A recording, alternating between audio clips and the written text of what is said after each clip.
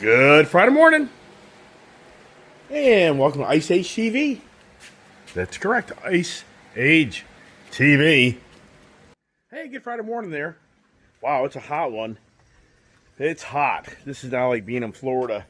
It's humid, heat advisory today. So today, a toasty one up here in the Northern Virginia, Maryland, D.C. area as we come down the home stretch to the last week of July already, which is just incredible. Time passes so quickly. And as you get older, getting the voice going here this morning, kind of coughing and hacking. Don't know what that's all about, but anyways, as we mosey our way over to the house to get the troublemakers out. I was out here till good 10:30 last night watching the girls' Little League softball. That is so much fun to watch. If you're not in tune with that, it's on all day today. It's going on throughout the whole country where all these young girls, I mean, it's hard to believe these 12-year-old girls, 13, I guess. I don't know if they're 14, 15, but it's a whole World Series event throughout each division of the country. The different states compete against each other, and it's very competitive, and it's a lot of fun. And it's 6 series or 6 innings, so it's not radically long, and but you can just see the emotion. I know, I coach youth girls basketball. I've been there as a coach. You can just see the incredible amount of pressure just for a youth softball game for these young girls trying to advance to eventually be in the World Series, to take the championship, to have the reign of we were the best team at that time. So it's a great series. It's on ESPN, I believe. Maybe FS1, and like I say, it's going on all day long throughout the country because it's being shown for each division throughout the Northeast, the Mid-Atlantic, the Southeast, the Middle, Midwest, West Coast, and it's a great series, and I've been watching it since yesterday, and just really, I enjoy that girls' softball. I'm surprised I didn't do that. Surprised in hindsight how I didn't get my daughter involved in softball, because it really is a great sport to see. So anyways, just maybe out there looking for something to watch that's better than watching the damn news. There you go. All right, let's get inside. Look for the puppies. Don't hear anybody barking. Kind of cool. There they are. There's the troublemakers. The wife's got them on the bone routine, where she does do a good job on that. Figured out these bones don't bug them. These little milk bones, whatever you want to call them. Get at Costco, and they seem to be pretty well behaved, don't they? But I've been wearing their butt out. I mean, I keep them out all day and evening, so they really do have the life of the freedom. All right, pups, come on. Let's get the train going. Good boy. That's what I want to see. I see everybody crapping and pissing outside instead of inside. So yesterday, I finally figured out how to take my old videos and download them and then re-upload them to enable me. Yep, probably my neighbor walking his dog. Enable me to show you new videos. That's Jerry. Morning. Come on, puppy, stop it. So I finally figured that out, where now I can take videos that I made 2, 3, 4, 5 years ago, and I can make them repopulate on my channel, which I think is really cool. Now, Gail reached out, and she claims that YouTube frowns on that. Well, I'm thinking, why? Why would YouTube frown on that? I mean, I don't know. I mean, my only guess is that I guess her thoughts, or YouTube's thoughts, are that you're recapitalizing on videos that made money. But the videos are still active on my channel, and if you type in the right words, you'll still find these videos to watch them again.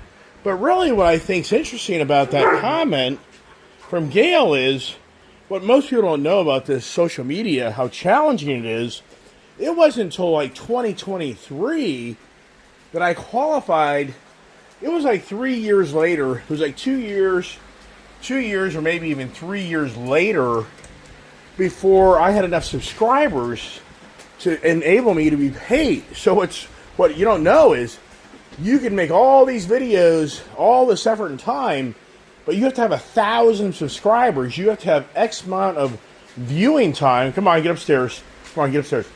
Viewing time. There's these credentials that you have to meet on your channel before they monetize you and you can start making money. So I think it really was until like maybe late 2022 or 2023. So the first probably 1,000 videos on my channel, I never even got paid for these videos. So the 2020, 2021, even 2022, I would say, 23 would probably be a stretch. Those videos that all were shown on YouTube, I got nothing out of those. Nothing, zero, because I didn't qualify.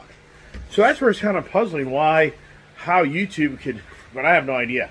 But in all reality, I really don't care. I mean, I make chump change. It wasn't for you guys last month doing the tips. I made okay money last month. I made, I think, close to $400 last month. That was one of my best months, probably in close to a year. This month, I'm at $150, $150 the whole month. Isn't that incredible, everybody? It is so challenging on this social media.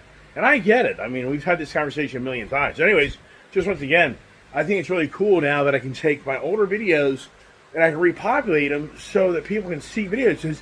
Because the titles are all so different, it'd be very challenging without me making these libraries of 2020, 2021, blah, blah, forget it. I'm just going to download videos, and you'll see videos populate my channel that were made, years ago that you probably never saw, especially if you're a newer subscriber, and you never even knew they existed. So that's what I'm doing. I'm so excited that I finally figured out how to do that on my computer. Yeah, I mean, for me, it's now I have so much video content.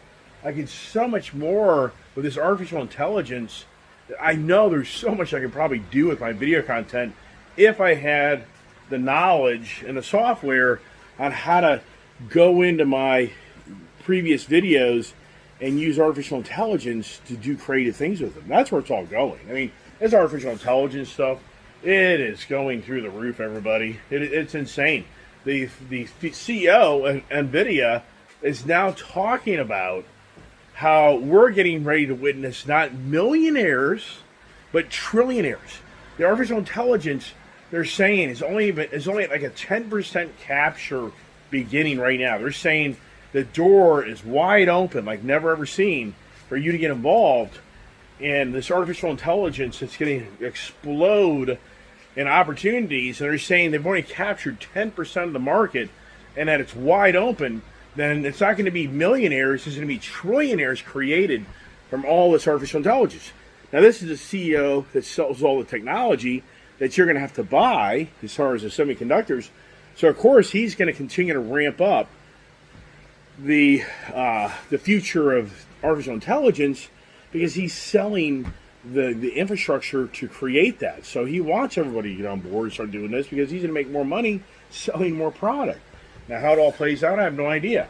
So, another thing they were talking about is a lot of individuals now, like one really dynamic individual is claiming that the AI, we all know that AI will never do what the humans do, but the AGI will. And so there's one individual saying he believes by 2030, the artificial general intelligence, I talked about this on my channel in great depth here like a year ago, about that one Meta software engineer from England, or France. He's from France. He's a professor, and he's a very dynamic, smart guy, and he writes all this software programs for like Facebook and Meta. And he was talking in great lengths about how we have to have artificial general intelligence, which that technology is like a person that knows how to process information. And he's saying that that's probably 10 or 20 years away.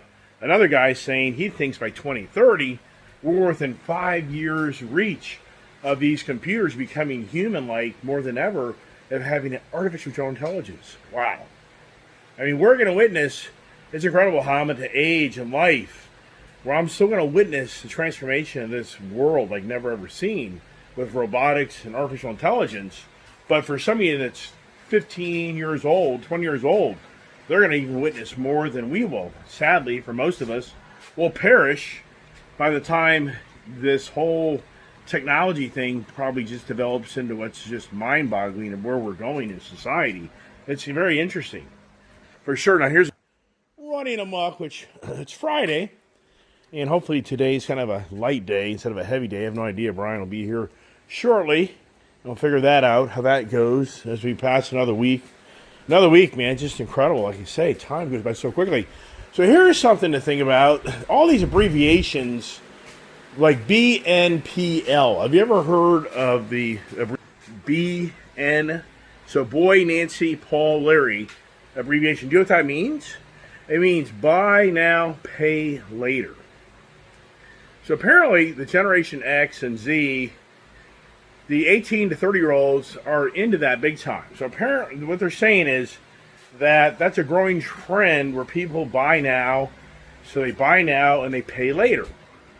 And in so many ways, that's been going on for a long time with credit cards. But it isn't a credit card. It's more of the, it's different. It's a whole different avenue of how you buy things and you pay later in like 4 installments or 6 installments or 12 installments. So it's not like your credit card. You have to follow a payment program back. So the BNPL is a growing trend. And there's nothing really wrong with that because it's been going on for years with us using credit. But there is a red flag. What they're saying is they say there's about 30% of those younger generation of 18 to 30-year-olds that are having to use this for their key essentials of survival. So it is kind of concerning that the younger generation is having to pay on structured payments for their essentials. You know, meaning your food, your gas, your electric bill, you know, whatever it may be for you. And if you understand the essentials, you know, I'm sure most people do. You have to have a roof over your head. You got to have food. You got to have transportation, but but whatever. But the whole point is, it's concerning that this younger generation is so dependent on having to. They're not able to afford. They're not able to afford the essentials. Wow. I mean, should we be concerned about that? I mean, it's incredible how in one aspect we're seeing millionaires and what they say trillionaires are right around the corner, populating like never ever seen, but yet for the core of the country, majority of people are broke. Majority of people have no money. I mean, you don't get that till you get out in the field and you really go door-to-door sales, or you're in an industry where you see people walking in the door and have to use their credit card all the time to buy something. That's you know, is that, and that's what they're saying. The credit is through the roof. How many people are using their credit to survive? But yet everything's beautiful, everybody. Everything's going to be just fine. And these tariffs, I was reading another article about the tariffs. What they're saying is, they're saying a lot of these big businesses are just absorbing for the moment. This is kind of so dangerous, everybody, is the big businesses are absorbing these tariff costs, and they're not passing them on per se yet to us. So you have to say, when does the dam break? When does the dam break? I mean, I think that sincerely, I think the dam's going to break, everybody, at some point. When do these corporations and big business look at their board members and their stockholders and say, I know that we're taking these huge losses to not lose our customer base, but when do we have to look ourselves in the mirror and say we can't hold out anymore, we got to jack the prices? I think that's the next big wave for us, because all the focal point right now this country is going after other countries that so many feel treat us unfairly. I don't buy it. I don't buy it. I just don't buy this country has the infrastructure to supply China with inexpensive, good stuff by the masses. I just don't buy that our country can build cars better than Japan, and then all the Japanese are begging and pleading to have an American car on their turf. I just don't buy it. I'm just not buying into this tariff gig that Donald Trump's creating that's just going to make everything so expensive. And the robotics are going to replace so many people in manufacturing. I mean, the robotics and artificial intelligence is going to replace so many people in this country's jobs. People say, nah, yeah, right, sure, how do you know? Why do you need artificial intelligence? Well, to make things more efficient. more productive. Well, that probably means a human being's being eliminated. I don't know. So for me, wow. You know, with Donald Trump, what's the focal point besides the Jeffrey Epstein files? That guy, if that guy really did kill himself, which we don't believe that, do we? That guy probably would have skated through all this. I mean, it's pretty incredible. Maxine, his girlfriend, or whoever she was, right now they're already saying that Trump's trying to get a plea deal out of her, and she may be released if she could probably say the right things at the right moment, at the right time. Wouldn't surprise me.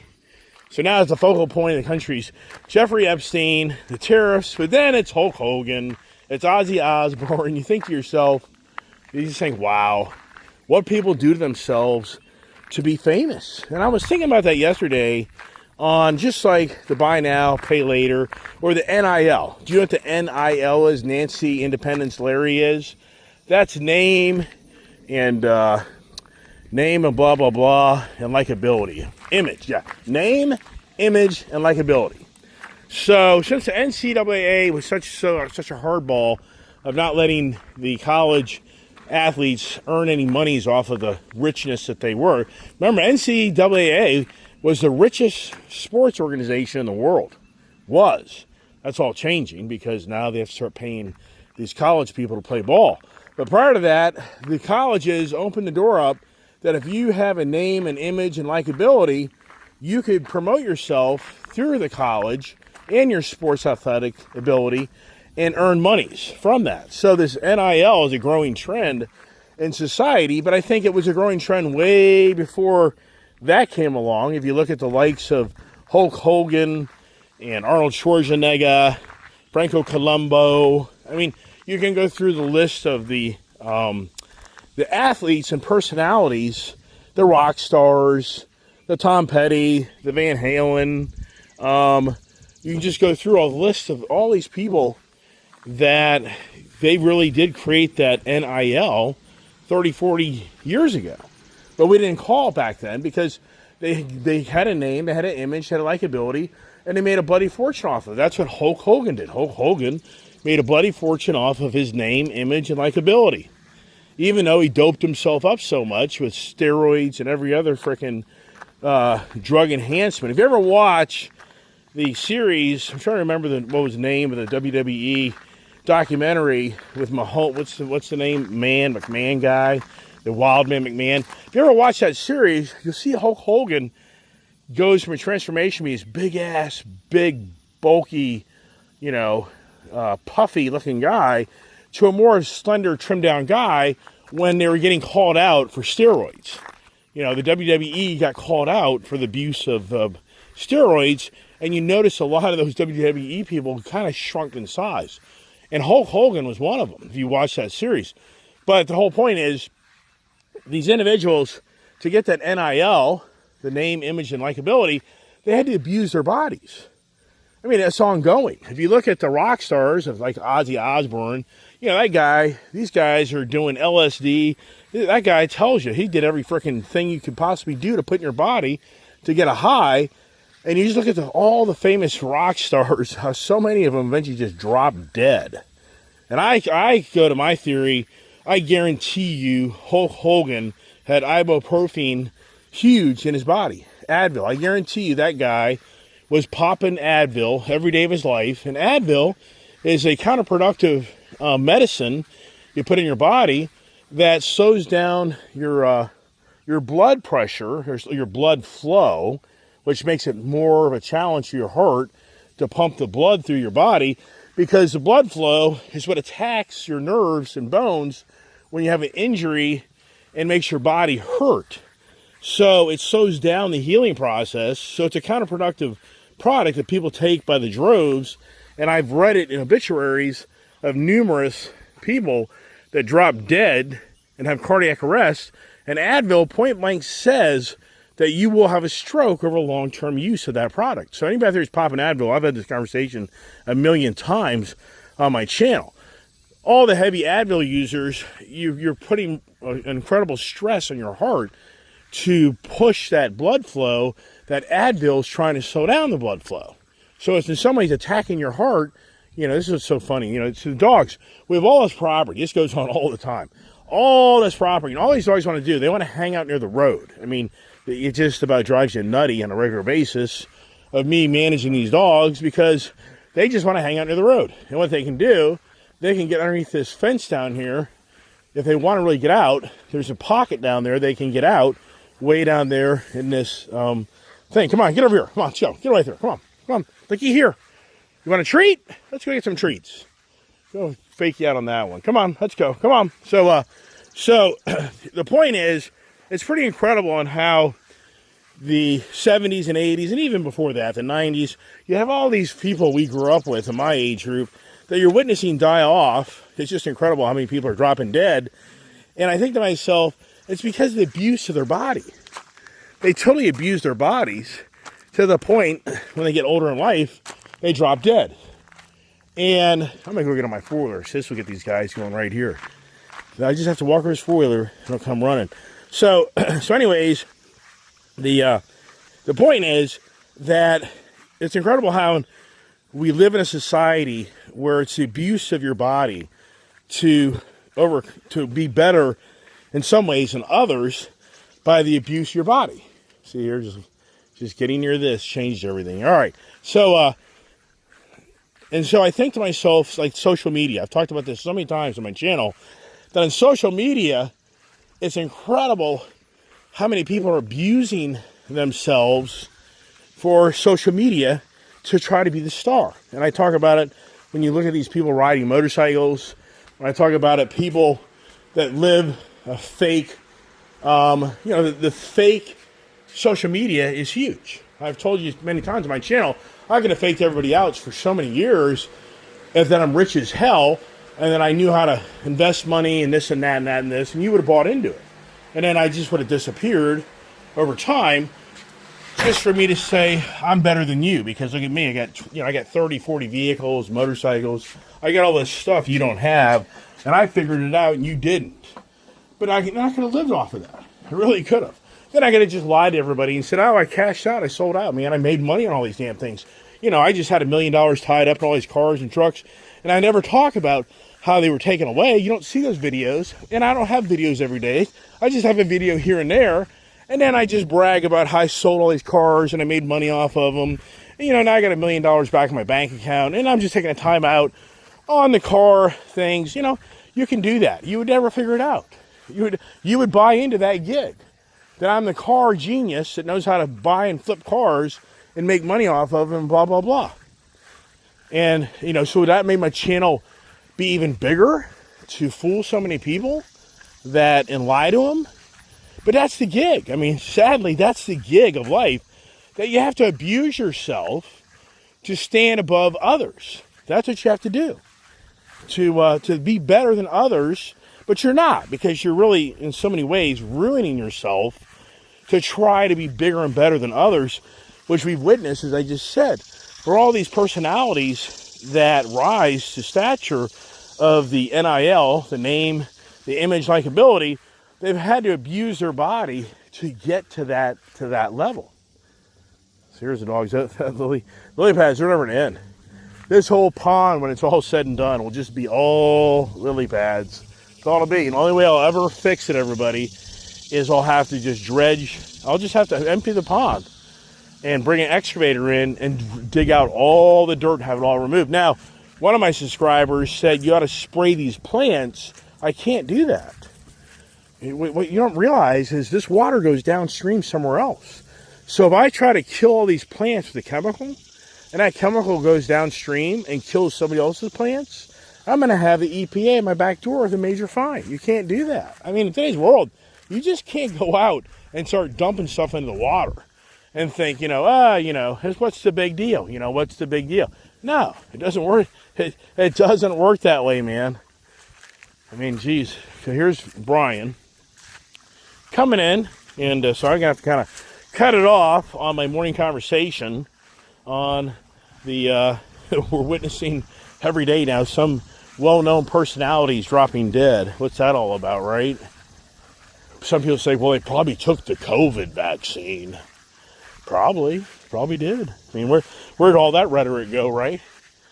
Where'd all that rhetoric go with all everybody's gonna be dropping dead because of the vaccine? Remember that? Remember the conspiracy theory? I have no idea. I'm not going down that rabbit hole. Come on back here, boss. Anyways, not really much more to tell you. I didn't do the comments thing this morning. Some, I think, got offended by that. So I was like, yeah, forget that. I mean, I'm not lying. So, it is what it is, everybody. When am I going to do the Honda Africa Twin pipe thing? I don't know. Maybe this weekend. That'd be fun. Do the quick shifter on the motorcycle. That'd be fun. Just have to get motivated and focused on it. But I got to go because it's a busy day for us. Maybe, maybe not. But that's all I got to say. That's it. I'm done talking. I'm going to shut the hell up. So have a beautiful Friday, everybody, and God bless.